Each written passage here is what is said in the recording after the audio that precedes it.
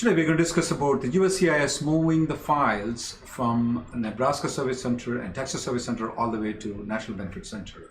We're going to see, is it good, is it not good? We're going to debate about it between Emily and me, and we're going to look into the projections of the visa bulletin, what it's going to look like in May of 2022, especially for the employment base. Of course, we covered that topic more.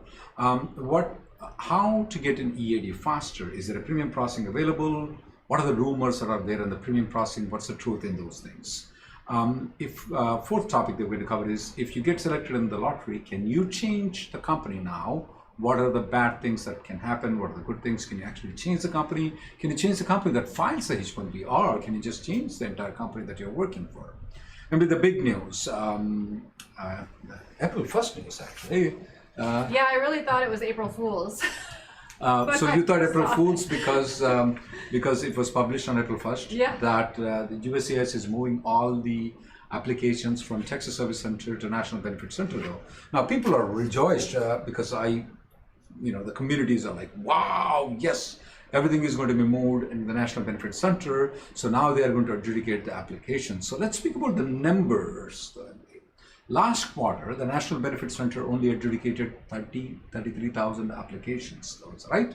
So 33,000 applications, and we had 3,000 applications done by Texas Service Center, which is a black hole according to us, and and Nebraska Service Center has adjudicated 3,000. So that's 40,000 adjudication done. So now, what is this director planning to? There are 250,000 applications pending as of the first quarter of 2022 that ended on December 31st, the fiscal quarter. So there are 190,000 applications pending with Texas Service Center and Nebraska Service Center. So if they move 190,000 to National Benefit Center, though, that means they will have all 250,000 applications, assuming that there are some cases officers have touched, maybe 4,000 or 5,000 touched. Even if you discount 10,000, 180,000 extra green cards are going to go to the National Benefit Center. Now, that's what it says. Here is some of the things that I'm more worried about. What they have given the statement in this statement, Emily, is they are telling us they are moving 1,000 cases a week. And if there are 180,000 applications, how many weeks it will take for them to move? So 52 weeks in a year, multiplied by 3, it's going to take 3 years for them plus to move the applications. They said they may increase the pace. That's one thing that I'm worried about, is that the pace at which, and if the application is already touched by an officer, is already adjudicating, they're not going to move the applications. It's only the applications that have been filed, were never touched. And we know that people have filed in October of 2020 that has never been adjudicated anything. Those are the cases that will move to the National Benefit Center. So it seems to be a mess to me right now. Mm-hmm. What is your feeling? Yeah, and so we have the National Benefit Center. They did great compared to the other two. No doubt there last quarter, but that was 33,000, and now we're going to add 180,000 to that. With 3 quarters left. If they did 33,000 in the first quarter, that's, they do the second quarter 33, third quarter. The second quarter they already did 33. Let's assume it's over. Third quarter 33, fourth quarter 33. That means only 100,000. The total is actually 140, less than 140,000 green cards. So what will happen to the 150,000 extra green cards that will come though? Did they comment anything on it, Emily? No. Well, okay. So a little bit. They said a slight change in language all of a sudden. USCIS expects to utilize a significant number of the available fiscal year 2022 visas. Now, previously, they had been saying, we're doing all of these modifications and changing, and we're trying to attack the backlog, and we want to utilize all of the available green cards. That's now, their from goal. that, it changed to significant number. So it doesn't, and they don't give a number. Remember last time, when they said, oh, we're going to use all of it, and then they said we're going to use significant, we are going to use some of them, and they wasted 70,000 last year, 60 to 70,000 right now. Now we are in April. I mean, this was given statement on April 1st though, so only 6 months has passed.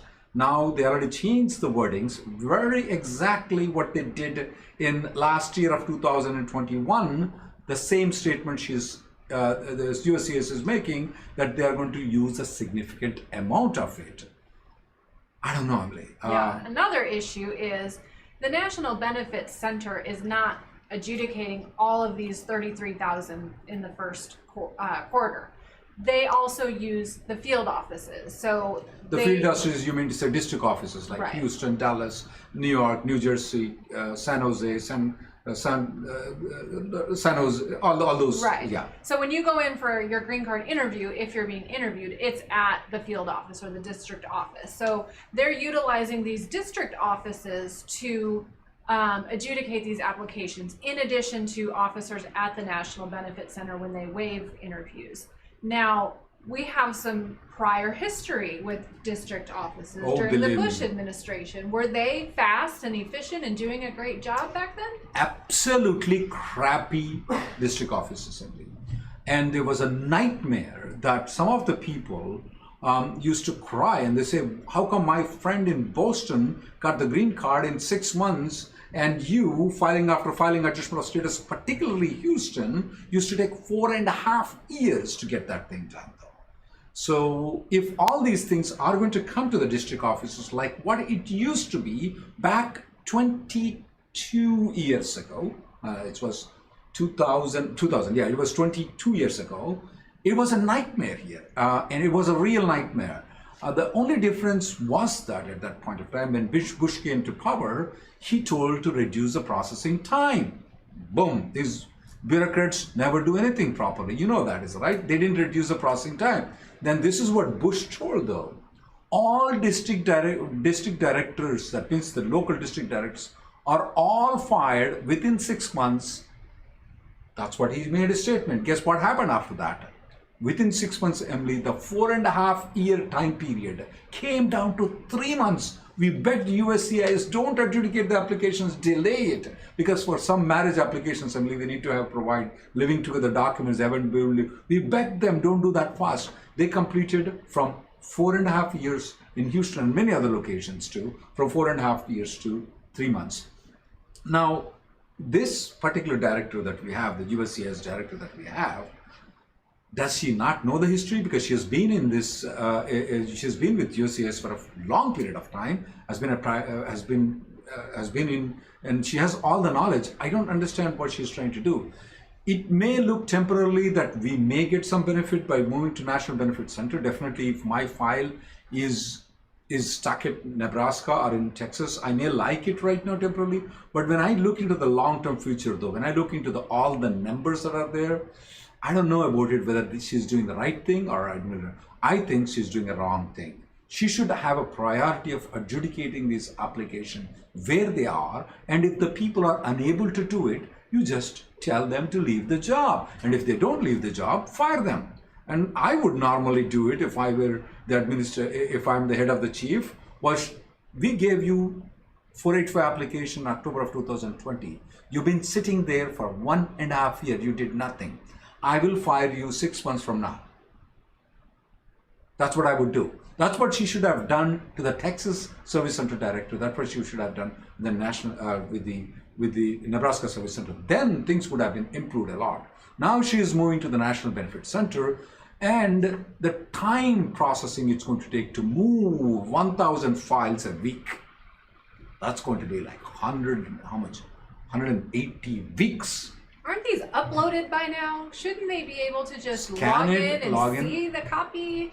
Are we still shipping physical files all over the country? Can we have these people hire the H-1B guys that we have that does efficient work? Can they outsource this work to H-1B guys? They can work it. We don't know. But here is what our guidance to you is that you better write the letters to the congressman. We have put the draft there. We better write it to there, because otherwise we are doomed to fail. Remember, last time we realized it very late. We started writing letters in June and July, somewhere about June and July, and they did adjudicate a lot more applications in the last quarter. There's no doubt about it. But if we don't act right now, we're going to waste a lot of green cards. And if we let the loss of green cards, so a lot of the Indian nationals who have been waiting for a long period of time, if they don't get the green card in the proper time, you may wait in the adjustment of status for your life. And I'm serious. When I say I'm saying for your life, well, your life may be of 40, 50 years. Yes, I said by life. And those people who are waiting to get the green card, though they will never, ever, ever get to file the 485 application because of this excess 150,000 green cards should and will go to Indian nationals because they are the people who have been waiting for a long period of time, should be getting it, and if they don't get it, they'll be stuck with 10,000 every year. So it may take forever for them to get the green card. So I advise all the people to contact the congressman, to contact the administration, to keep writing the letters. It works. They are trying to work. There's no doubt. I guess they don't listen to us.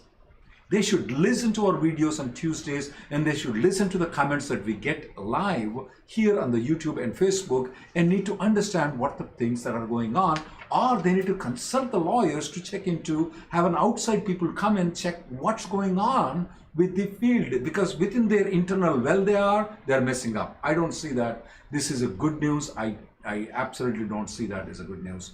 What's your feeling, Emily?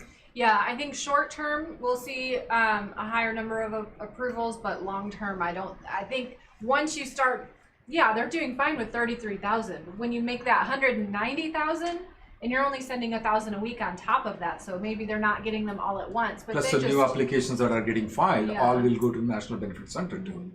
That's definitely. Now, what about the cases where the I-140 is not approved? Are they going to send it to the National Benefit Center? No, so the ones they're sending are I-140 has to be approved, final action date is current, biometrics done, and security checks completed, and no RFE, or they haven't started the process at the Texas Service Center, the actual adjudication process. Oh, come on. So what do you mean to say is that somebody has to look into the file, need to check into, oh, biometrics has been done, I-140 has been approved, final action date is current. Why can't these damn people approve it then? Right. Why do they have to then ship it to the National Benefit Center? If I have looked into all the file, let me look into the criminal history is done, everything is done, I-140 is done, looks good. Let me approve this. Yeah. Why am I have to send it again? So you're wasting a lot of more resources there, and that's the reason why they're taking 1,000 a week to do that thing. Golly, this is not heading anywhere. If you guys don't write the letters, you are doomed. Believe me, you're doomed. Now let's go to the next one, maybe Bulletin. It all depends on how many these people will adjudicate though. If the USCIS does not adjudicate the applications, and if the USCIS does not plan to adjudicate these applications, we may not see any improvement in maybe Bulletin. If they plan to adjudicate, now when I say plan, the concrete plan, that is a workable plan. This administration has been in power from January of 2021. They haven't done anything. The delays have increased. The number of applications have been pending or have increased. Yes, they released information saying that we are going to bring down the adjudication of the 485 application to less than 6 months. Then what is that you're trying to do though? So if they don't have any concrete plan that can implement it, we will see down the line. That is September of 2023. That's a deadline they have given. By the time our employment-based green cards will be dried up, and then this administration will be gone, and there will be new administration coming on. So definitely, you need to write letters. The maybe Bulletin may see some increments, may not see, depending on how many cases they adjudicate. What is your expectation, Emily? Oh man, we've gone wrong so many times. I don't even want to try to guess at what it's going to be. And if you're interested in your visa bulletin to go faster though, if you're interested in, which you should be interested in if you're listening to this channel though, is please write letters to the congressman, write letters to the administration. We have given the drafts of those things right at the bottom of this video. Please write those things. Even if you're not an Indian national, even if you are not waiting for this, you need to have sympathy on these people who may have to wait for decades or even generations or 60, 70 years for to get the green card. And to reduce the discrimination, it's definitely is a good option for these Indian nationals to get it. So please, even if you're not an Indian national, you should write a letter to the congressman. Emily, now there is a rumor that H4 EAD, there is a premium processing. There is a rumor that adjustment of status, there is a EAD premium processing. Can you educate more on that? Yeah, so this is another situation where the administration is talking a good game, talking about how they're expanding premium processing to provide better service on their pending applications and get through this backlog. Now, this was the premium processing that Congress authorized, 2 years ago during the Trump administration to save USCIS from not having enough money and having to lay off 13,000 employees. And it took them 2 years to come up with this plan. And here's the plan. What are we going to provide premium processing for in this fiscal year? Only for I-765s for OPT and STEM OPT. Nobody else. No H4 EAD, no GC EAD. We don't even know when they plan on implementing those because the regulation just says there are other groups that we may implement by fiscal year 2025. 2025? They don't spell that, but they don't tell us who's in those groups. So we don't even know if they have plans to implement these other processes for premium processing. So all we have right now for sure in this fiscal year is the I-140 EB1C and the NIW will be added premium processing sometime between now and September. And OPT for F1 students. That's it. And then on the I-539 side, which we know those have been taking forever since they created the biometrics requirement, they're only allowing the I-539 to be premium processed if it's for an F1, J, or M category. So even H4s, L2s don't have the option of premium processing for that. So they talk a good game, but when the truth comes out, when we actually see what they're doing, it's all talk. All talk, all show, no work, no performance. This USDA director definitely is the worst that I've seen though. I've only seen these kind of people in 2000, before 2000 only, not after 2000, not in this millennium. I've not seen these kind of people though. Such, with the technology going up, they should have increased, they should have more adjudications done per officer. They should have more adjudications done though, but they're very backlog. Back in those days when I got the green card, Emily, it used to be entirely manual. There was not even a computer in front of the officer. Everything they have to do it. Then they have to go back. There's only one computer there to pull out the numbers. Now these people have access to everything. And why is that they're not improved the performance of it with more officers adjudicating the application? Definitely you need to make sure the administration get the attention of it and they take action of it. Maybe if necessary, you need to fire the USCIS director, if necessary fire the USCIS service center directors, because if they can't perform, just move on, let somebody else do it. Do something else. Maybe you can clean the restaurant. I mean, that may be a better job for you. But this is not a right job when you're managing and so many people are suffering. Please keep writing letters to the people. Emily, a couple of other suggestions of the EAD fasting is that please file your EAD applications well in advance. If you're in adjustment of status application, please file 6 months in advance. That's what you're allowed to. And a lot of people, if you're, especially for the H4 and H4 EAD though, if the primary applicant's H1B and your H4 is not approved, you can still file the EAD though, if the application is pending. So sometimes some of the companies will tell you that, oh, we're going to only file H1 and H4 and we don't file EAD. My suggestion is let them file the H1B. You file by yourself with the receipt notice of the H1B. It does not have to be approved. You can file the H4 and EAD normally. If you separate the H4 and EAD, it will take a longer time to get that one approved. That's one of the suggestions that I will do it. Another thing is that if by any chance you have your H1B and H4 pending, then maybe the H1B approved or maybe the H1B is not approved and H4 is pending, can people file the EAD while the H4 is pending? The answer is yes, you can. Don't wait until the H4 is approved to file the EAD. Couple of other people suggested that. Let's say, for example, your H1B is expiring in your EAD is expiring in May of 2023. H1, H4, and EAD May of 2023. Now you're moving to a different company, and the company is transferring the H1B, and they're also transferring the H4, and they tell you that no, you can't file the EAD within 6 months of the period. No, you can. I mean, we have cited so many cases. 0 cases got denied because we filed EAD more than 6 months in advance. We did got 2 RFEs.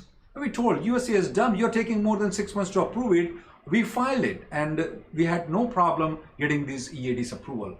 And if anybody gets their EAD denied for the H4 EAD, if you have filed more than 6 months, please put a note out there. We will come to know. We do conduct the YouTube, we do conduct the TV live show, we do conduct daily conference calls where more than 50 people come up and inform me what's going on.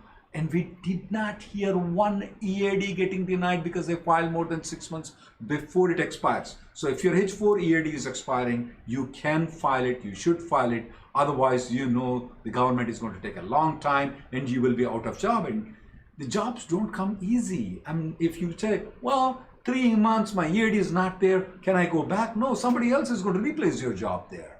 So it's very crucial for you to get it. And there are also some creative ways of getting the EAD extensions that we have mentioned in our other videos. If you want to watch it, Google it with 180 days H4 EAD extension in Google.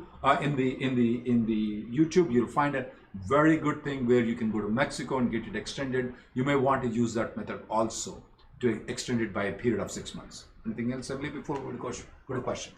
Well, we didn't talk about the H1B lottery. Oh, yeah. We wanted to, discuss that. What happens now that people know whether they've been selected or not? What happens if you want to change employers? Can you do that? So the selection notices came out last the Friday before through Saturday and Sunday. So we've all been notified of who's been selected, and the filing window opened April 1st. We have until June 30th to file those petitions for those people selected. What if you were selected with one company and you now have a job offer with another company? That selection notice is specific only to the company that filed it on your behalf. So you cannot take it with you to a different employer to actually file the H1B. So if you're going to file the H1B, it has to be with the company that you actually got the selection notice with. So when can you later change employers? That's where it gets a little risky. Let's say that you get your H1B approved early, because it won't start until October 1st. Say you get it approved in July and you want to change jobs in August. There's risk there, because when you leave the old company, they could withdraw your approved H1B. And if they withdraw it before October 1st, it takes you out of the lottery. You're no longer counted in the cap, and USCIS won't approve a transfer in that situation. So you really do have to be careful between April and October with job changes. Make sure you talk to an attorney beforehand to understand what exactly the consequences will be. Obviously, in a termination situation, you may not have much choice, but you can try to work with your employer to delay the withdrawal of the H1B so that you can file a transfer in October. Or in other situations, if you have a lot of time left on your OPT, maybe you want them to withdraw the H1B so you can stay on your OPT, but that has to happen before October 1st.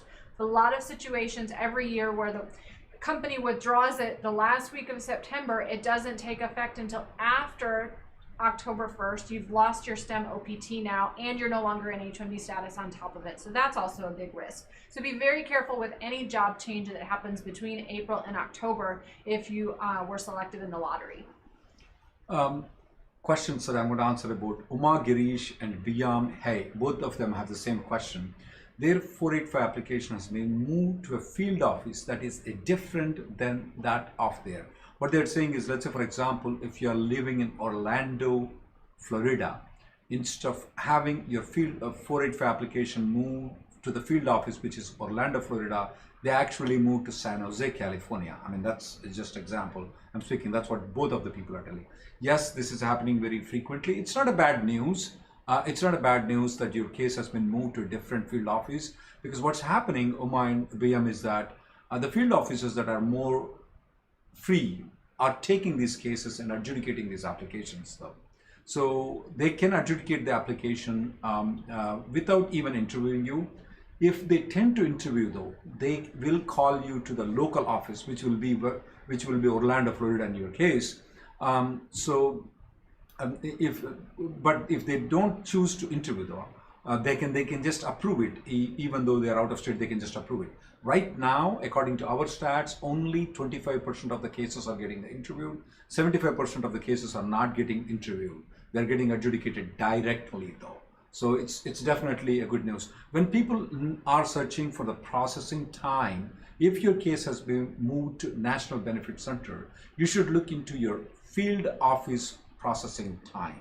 That means, let's say for example, if you're in Orlando, Florida though, look into when you go to the US processing time, which you know where you need to go, and from there you normally go to Texas, and you go to Nebraska Service Center. You can always go to the field office and check what the processing time, each district processing of, we call it as district, you can call it as field office, that processing times will be there. You can look into those things. Shabbat wants to know if we have any comments on Zoe Lofgren's Jumpstart the Legal Immigration System Act, which was introduced last week. It's definitely a good bill. It is the same provisions, the same immigration provisions that they were trying to include in the Build Back Better Act during the infrastructure and all of that negotiation. So this is going to potentially recapture unused green cards that went wasted over the years, as well as allow the early filing of the adjustment of status for anyone who has an I-140 that's been approved for 2 years, plus these additional heavy filing fees for that benefit. The problem is we're in an election year. So I don't expect to see any kind of action happening until after the election, which is going to be in November. Well, once November rolls around, they've got to get this through before the end of the year. Otherwise, they have to start all over again. And that would be in the lame duck session. So I don't expect to see anything happening in the near future. Maybe at the very end of the year, they can sneak it in. That's kind of my thoughts on that. Question, I have filed 485 with company B under Eb3.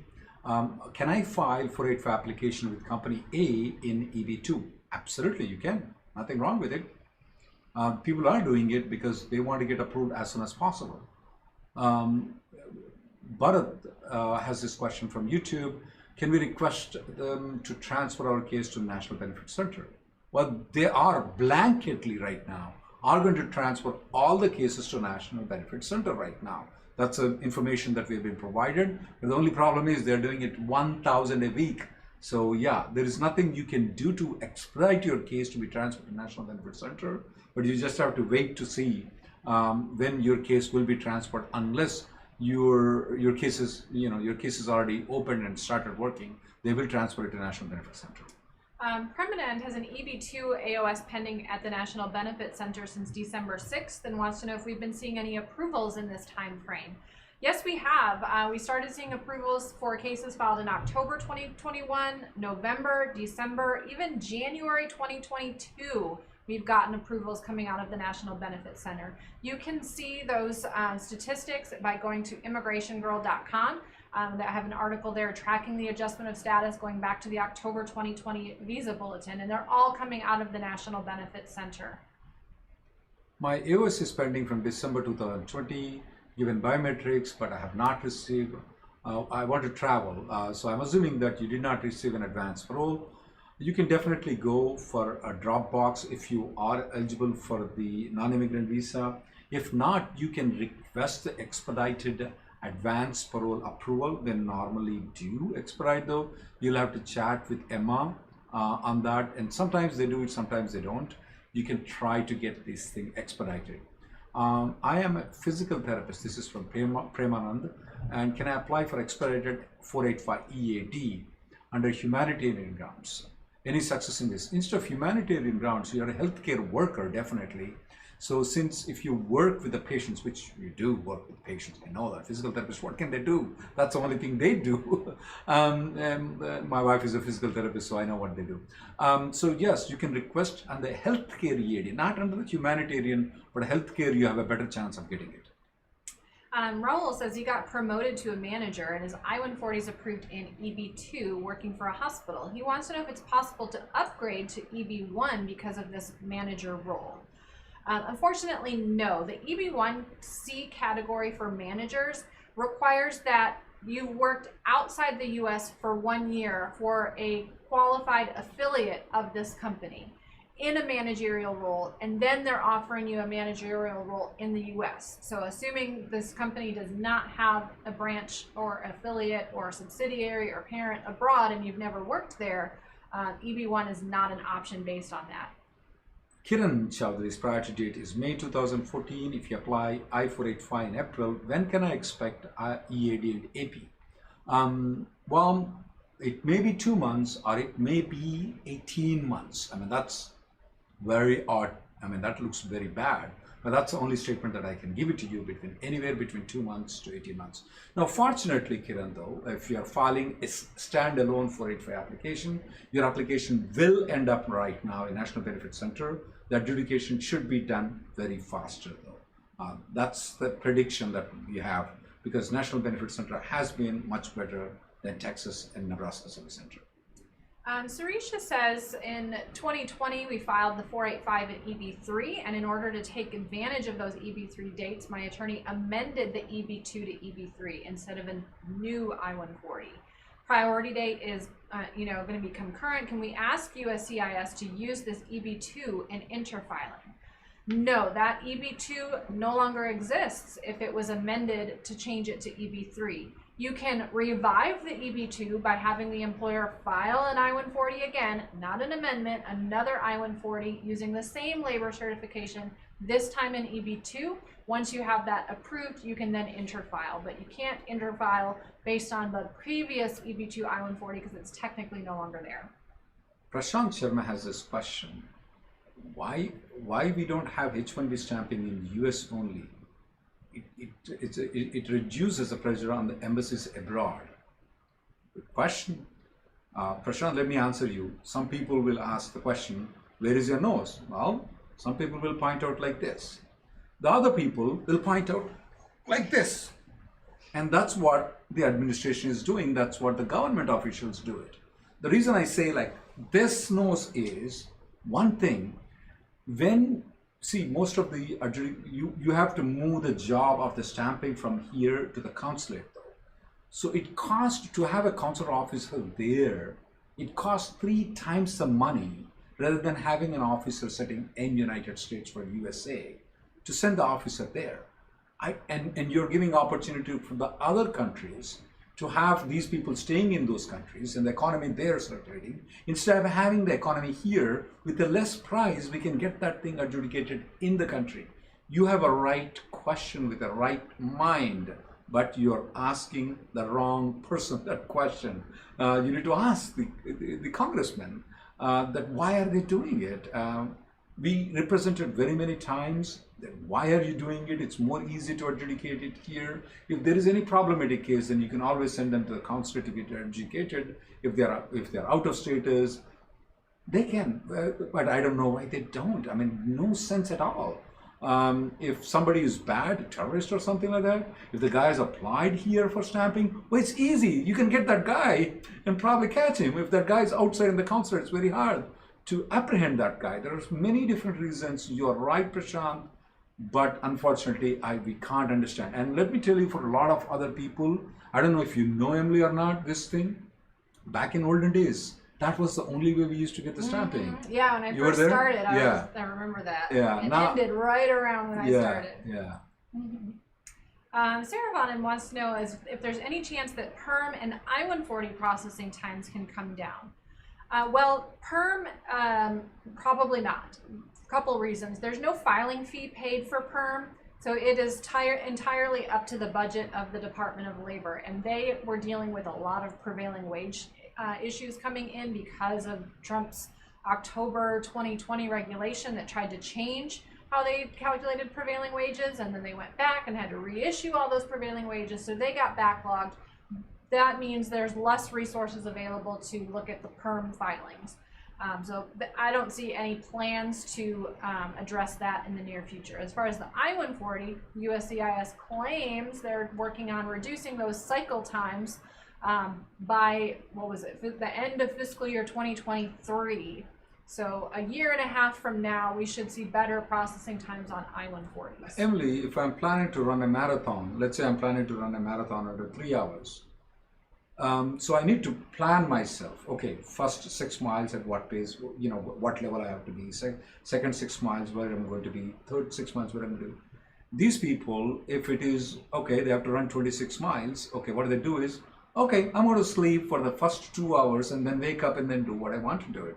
You can't complete a marathon in time. I mean, you need to start from the beginning and you need to keep the pace. So definitely it's a wrong idea for them to say, okay, we are going to do it by September 30th of 2023 and you don't do anything right now, or you do goof up all the things right now. So they definitely have to plan and start the running race at the start. When the gun starts in, boom, you need to start running, not later on. Chandu has this question from YouTube. What's the difference between file, refile? Chandu, file means we are filing the 485. That's what most people say. Refiling means they filed the 485 and these dumb USCIS people never adjudicate the application. They'll refile the application in a different category. Previously, if they filed in Ev3 and you're refiling in Ev2. That's probably is file and refile. And there's also something called interfile, Chandu, you may not be aware of. People who have filed in Ev3, now Ev3 has backlogged Ev2 is going forward. So there is a provision called interfiling. We have filed interfiling. We're not getting any receipt notices of interfiling. Not much results is coming in the interfiling. But anyway, they told us, oh, in January of 2022, they came up, dude, there are so many Ev2 numbers available. Try to convert yourself into Ev2. We're going to adjudicate it. Dumb fellows didn't do anything. They just made us file the entire application. We haven't even been receiving receipt notices that we filed in February 1st week now. So, I don't know. This administration is crazy. Fox says, my AOS is pending December, I don't know if this is December 20th or December 2020, but also gave the biometrics. Now I need to travel for my ailing father. What are my options? So when you have a 485 pending, you definitely need to make sure that you are eligible for travel. Most people across the board, before they can travel, have to have an advanced parole approved. So if you've not filed the I-131 yet, you need to do that so that you'll have that in any time you need to travel in an emergency situation. Now there's a special exception only for H and L beneficiaries. So this is H1B, H4, L1, and L2.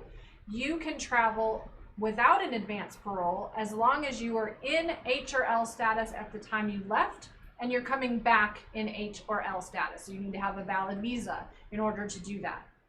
So in those situations, you can travel. But there are, if you don't have the advanced parole, definitely have to worry about visa stamping, getting that interview appointment, or getting the drop box if your visa is expired. So definitely not a great time to travel, but there are options. Arti has this question. Our priority date is May 2016 Ev3. Do you think I should convert to Ev2 as Ev3 is not moving? Arti, we always like people to have options of Ev2 and Ev3. If your labor certification has been filed at Ev2, obviously you can use the same labor certification to convert to Ev3 or Ev2. That's up to you. But if your labor certification has been filed under Ev3, which seems to be the way why you are in Ev3 in 2016, then I strongly recommend, though, you get the Ev2 labor certification approval and get the I-140 approval, because it's better to have both the options available. And because when the priority date becomes current, let's say, for example, hopefully so, in May of 2022, what if the priority date has moved all the way to 2016? What would you do? You can't file the 485 because you don't have an Ev2 labor approval, so you'll be stuck. So if I were you, I would start the Ev2 process right now. Persona wants to know, after the primary applicant receives the GC and the priority date retrogresses, dependents are still waiting for the green card because the priority date went backward. Can the dependent still be eligible to get the green card? We have seen this in a number of cases. Again, USCIS is doing such dumb things. They're splitting up the primary applicant and the dependents. They approve the primary applicant and leave the dependents pending, and then the date retrogresses. Now they don't have a green card available. yes, they can still receive the green card, assuming they were in the U.S. at the time that this happened and their 485 was never denied or anything like that. They'll just wait in adjustment of status until the priority date becomes current again, and then they will be adjudicated. So they'll have to keep renewing the EAD and AP until that point of time. But yeah, it does happen. Oktudu from YouTube has this question. My priority date is current. I'm filing I-140 and 485 concurrently. Any downside for filing I-140 without premium processing? I would suggest though, because if you file an I-140 and 485, it will still end up in Texas or Nebraska service centers, right, Emily? Mm-hmm. So I would recommend that wait until the May visa bulletin comes in. If May visa bulletin comes in that you cannot file the 485 in May though, I would file the I-140 and 485 right now. You can file, I would recommend for you to file in premium processing if your labor certification has been recently approved though. Now, if you can file in May though, I would recommend that you file I-140 right now. Don't file the 485 application, then file the 485 application separately. And if your Perm has been recently approved, I would file I-140 in premium processing. The reason is that then it will go to National Benefit Center. Even though under the new provisions that they are telling all the 485s to go to National Benefit Center, the one where the I-140 is not approved will still go to Texas or Nebraska, which is not good. So please follow my directions. Manish says, I'm in my final semester of my master's and my H-1B application has been picked in the lottery. Can I travel during the filing of my application, and what do I do at the port of entry? So you may be able to travel. Number one, you have to have a valid F1 visa stamp, and you have to have an I-20 that is issued for travel purposes. Then in that situation, you can travel and come back in. Now, how does that work with the H-1B? Option one is you travel and come back before June 30th, and then your H-1B gets filed by June 30th, requesting the change of status as you normally would. If your travel is going to be after June 30th, that's where it's going to become a problem, because if you travel while the H-1B is pending, they're going to deny the change of status request and only approve your H-1B for consular processing. So if you're going to be outside the US at the time the H-1B is filed, they can only file it in consular processing. That means you have to activate it later by going for stamping at the consulate. Or if you travel while it's pending, it will only be approved for consular processing. So you either have to travel first and then file, or file, get the approval, and then travel and come back in before October 1st on your valid F1, so that the change of status can take place on October 1st. But definitely talk to the lawyer filing your H-1B and let them know you have travel plans so they can figure out which option is best. Any possibility for Eb2 priority date to move for March of 2015 in May? There is a possibility. Last month, that is, this month, which is April, it moved 1 year up to September 2014. There's always a possibility. Let's wait and see. This administration has changed. Even though we're cursing for all the things, though, at least this administration wants to do good, but they don't know how to expedite the process. That's my opinion, though. Their intentions are nothing bad. It's just they don't have the right people, right management to execute it. So there has been change since this administration has come in. A lot of movement has been occurring in the priority dates. Yes, there is a possibility, because historically, since the filing dates chart came in October of 2015, that's almost 7 years ago, we haven't seen filing dates to be accepted continuously until April of any year. From 2015 October onwards to right now, we have never seen. So we have seen some changes right now. We have seen some leadership changes in the Department of State. The administration wants to do it, as I said. They just don't have the capacity to do it. There's no proper leadership to do it, but at least their intention is good. Maybe they will move the dates further. The note says my employer is bankrupt and closed, and that's the company I have the approved I-140 with. Now I have a new job, but do I need to restart the Perm and I-140 again? Yes, you do. So that I-140 is, although it's approved with your old employer, once they go out of business, it's no longer valid for you to be able to use it to file the adjustment of status and receive the green card. The only way forward is for your new employer to file a new perm. When you file your new I-140, you can port the priority date of the old I-140 so that you don't lose your place in line, but you do have to go through those 2 steps to get back to where you were so that you can file the 485. If anybody has written letters to the congressman, please indicate when you're putting in their written letters and put the question. We will try to give importance to those people though.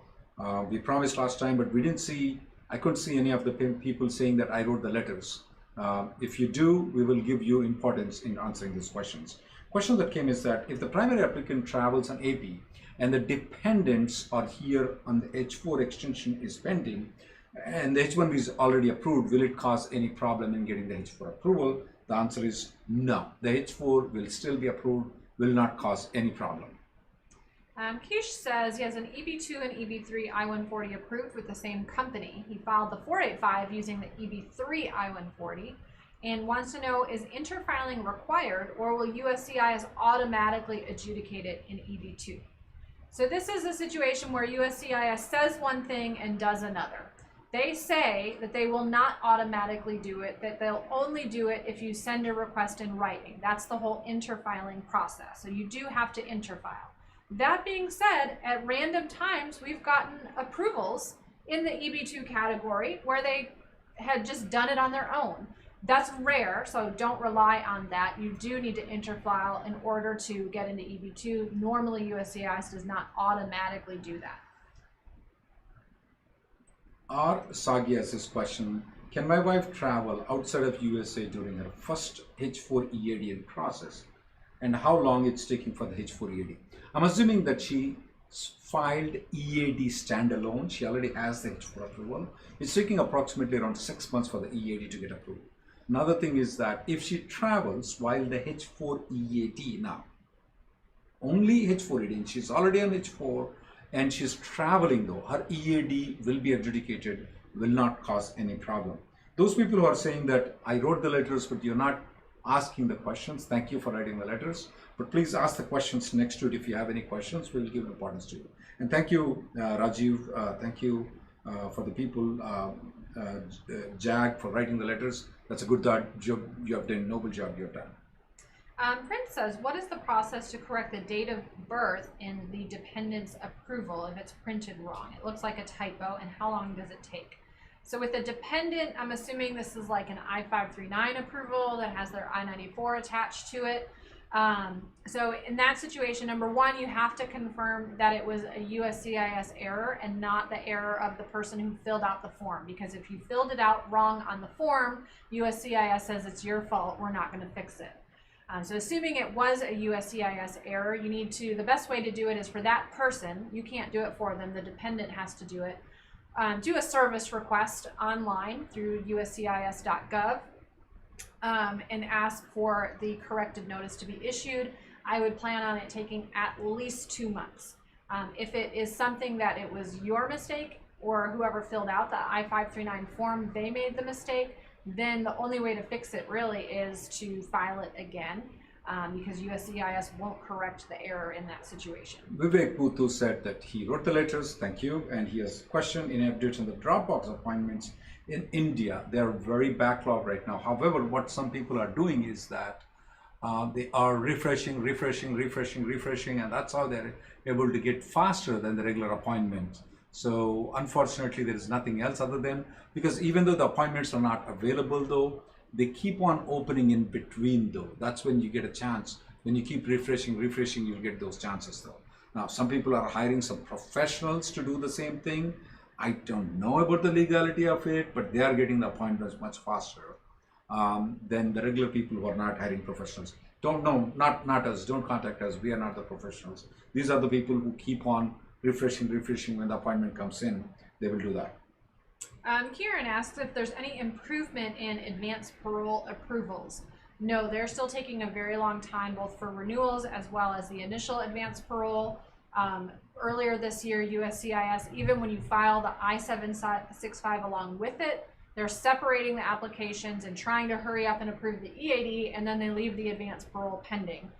This is something that we can litigate. So if it's something that you are interested in, you can contact Stephen Brown at our office, Stephen at rnlawgroup.com. Chintan Joshi has written letters, thank you. H4 application pending. Changing job, is it an issue? Absolutely not. Absolutely not. When the H4 application is pending, changing job is not an issue. Here is the thing though. Chintan, you did not tell me is the H4 EAD person is changing the job or the H1 person is changing the job though. If the H1 person is changing the job though, we do recommend though you file one more H4 application. The reason is that sometimes the officer may think that since the underlying H1B has been withdrawn though, they may deny the application though. So that's the reason we want you to refile the H4 application if you're changing that. But if the H4 applicant who is EAD and if the extension is pending, they are changing the job, then absolutely not a problem. Prasad asks if we have any statistics on this year's H-1B lottery in terms of the general quota and the master's quota, and what is the possibility of another lottery? No, they have not published that information, so we do not know how many registrations were received total. We don't know what percent were masters, what percent were regular cap, and we don't know how many they actually selected. Last year, they did announce all of that information. Now, we're anticipating that there were a lot more registrations selected. That's what we're assuming based on how many registrations we're seeing selected, but we don't have the number. And we don't know how many USCIS selected. So if they selected a low number like they did last year, they only did 87,500, there probably is going to be another lottery because a lot of the people who got selected, they're not valid job offers and they won't actually be filing a petition. So there is a chance for another lottery if USCIS selected a low number again like they did last year. Dr. Konduri has written letters to the congressman, thank you. He has an I-140 approval and Eb3 approved in November of 2021. Since the Eb2 dates are moving, can he apply I-140 in premium processing? If your labor certification has been approved in less than 6 months, you can do in premium processing. But if it's been approved in more than 6 months, though, I recommend that you file normal processing and you can convert into premium processing later on. And also whether you should do premium processing or shouldn't do premium processing depends on the priority date though.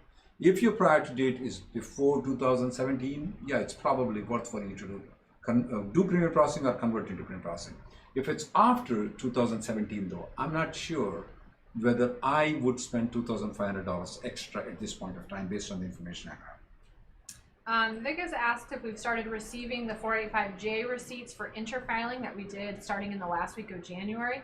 Only a handful of them, and we're now into April, probably less than 5 total. And we filed a large number that very first week as soon as that guidance came out. USCIS is just sitting on them. Can Eb3 I-140 be adjudicated with premium no luck? Yes, that's right. When you downgraded applications, though, there are sometimes the USCIS might not entertain the premium processing. But in our office, what we do is that we keep on sending it. We get the rejection of premium processing, not the rejection of I-140.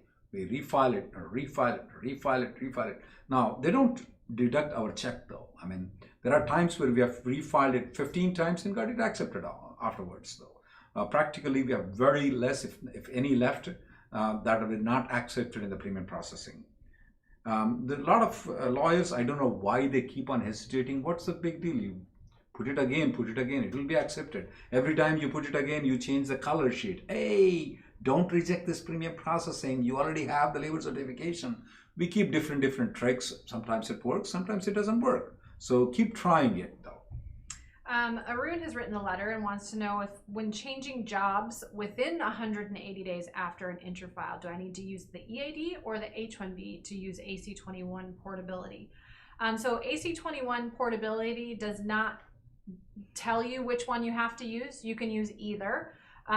If you are using AC-21 early based on this USCIS guidance that claims you can't change jobs if you've done the interfile within 180 days, then it may be a risk to use the EAD. If they could potentially deny the 485, that puts you out of status if you have the EAD versus having the H-1B, you can fall back on the H-1B. We don't think that guidance is correct. It doesn't seem to be based in any actual statutory authority, but we'll have to see how USCIS is actually going to be enforcing that guidance in the future. Chandu Green has written letters to the PA congressman. Thank you very much. What are the risks of changing the job before 180 days after filing the after filing the 485J supplement? I'm assuming that you mean to say the interfiling of Eb2 upgrade application. We feel very less risk that the 485, we cannot imagine how it can ever be denied, but there's always about 20 to 30% chance you may get stuck in Eb3 if they look into the 485J supplement as filed and you've recently changed the job. You may get stuck in Eb3. There's a chance for it. We don't know where they came up with this 485J supplement, where you have to wait for 180-day rule. If you have interfiled for upgrading it, we don't know where they came at. We don't consider that as legal at all. But we still are cautious, and we will say that you have a 20% chance you may get stuck with Eb3. Pratap has an I-140 approved both in Eb2 and Eb3, same company. 485 is applied in Eb3. His attorney sent a letter to request that it be considered an Eb2 and wants to know, do I need to send the 485J? Well, so USCIS said if you already did an interfile, you don't have to send the supplement J in order to interfile under this new policy. I don't believe USCIS. There is no way to track the first interfiling because there was no supplement J. I would send the supplement J and go through the interfile process again.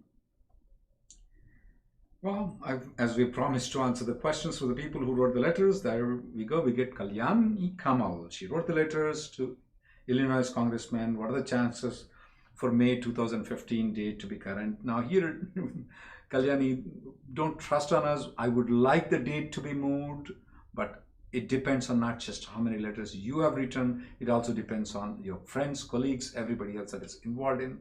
I believe it should move to May. It may move to May of 2015.